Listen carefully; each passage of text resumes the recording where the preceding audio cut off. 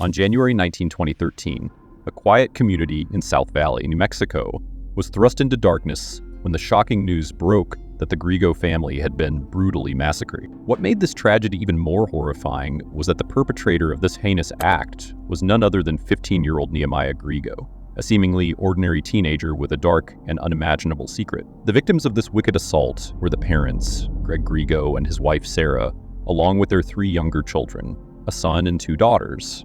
Greg, a 51-year-old former pastor at the Calvary Church in the area, was a beloved figure in the community. He not only served as a spiritual leader, but also as a chaplain to the Albuquerque Fire Department, offering solace and support to those in need. Among the innocent lives tragically cut short that night were 9-year-old Zephania, 5-year-old Jael, and 2-year-old Angelina, Nehemiah's younger siblings who lived with the Griego family.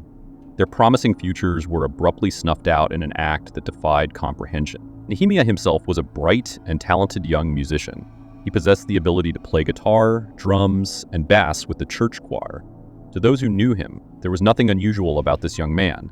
In fact, he often accompanied his father on rescue missions to Mexico, highlighting his active involvement in church activities, to all appearances. He was a regular teenager, a stark contrast to the horrors that would soon unfold. One might assume that someone capable of committing such terrible acts would be a loner, an awkward and isolated individual with no friends or social connections. However, Nehemiah defied this stereotype. He was known as an outgoing young boy with a wide circle of friends, leaving those who knew him perplexed by the inexplicable darkness that lurked within him. The chilling events of January 19, 2013 began to unravel when Nehemiah arrived at his church and reported the devastating news that his family was dead.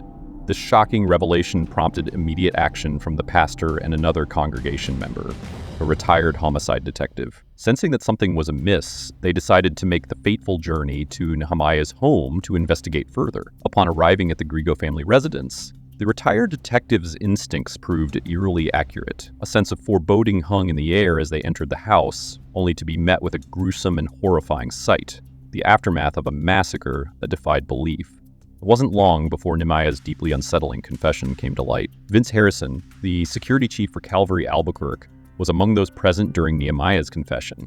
What struck him most was the young man's cold and unnervingly calm demeanor as he recounted the grisly details of his family's murder. The chilling description of his dead family and the locations of the murder weapons sent shivers down the spines of all who listened. The timeline of the night's harrowing events began to take shape. Nehemiah had initiated the attack shortly after midnight, starting by shooting his sleeping mother with a .22 rifle. His 9-year-old brother, who shared the same room, tragically met the same fate. When his younger sister awoke, crying and frightened, Nehemiah entered their room and mercilessly shot the 5-year-old. Shockingly, even their 2-year-old sibling was not spared from his indiscriminate violence. The heart-wrenching sequence of events did not conclude with these horrifying acts. Nehemiah, driven by a dark compulsion, lay in wait for his father to return home from his shift at approximately 5 a.m.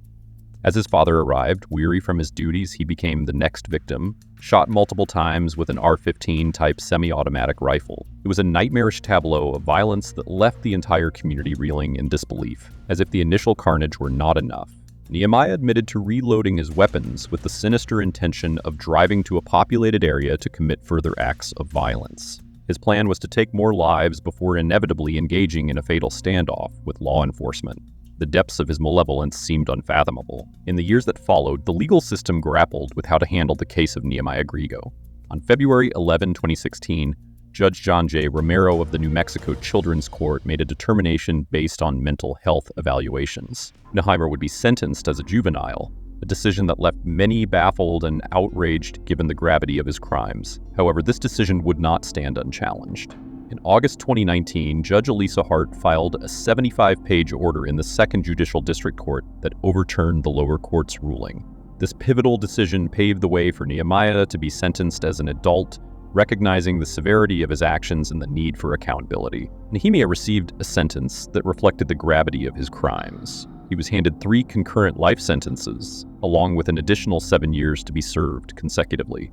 The sentencing was coupled with credit given for the 2476 days, approximately 6 years and 285 days, he had already spent in custody. Nehemiah would have to serve a minimum of 30 years before becoming eligible for parole. Currently, Nehemiah Griego resides in the Lea County Correctional Center, where he will grapple with the consequences of his actions for decades to come.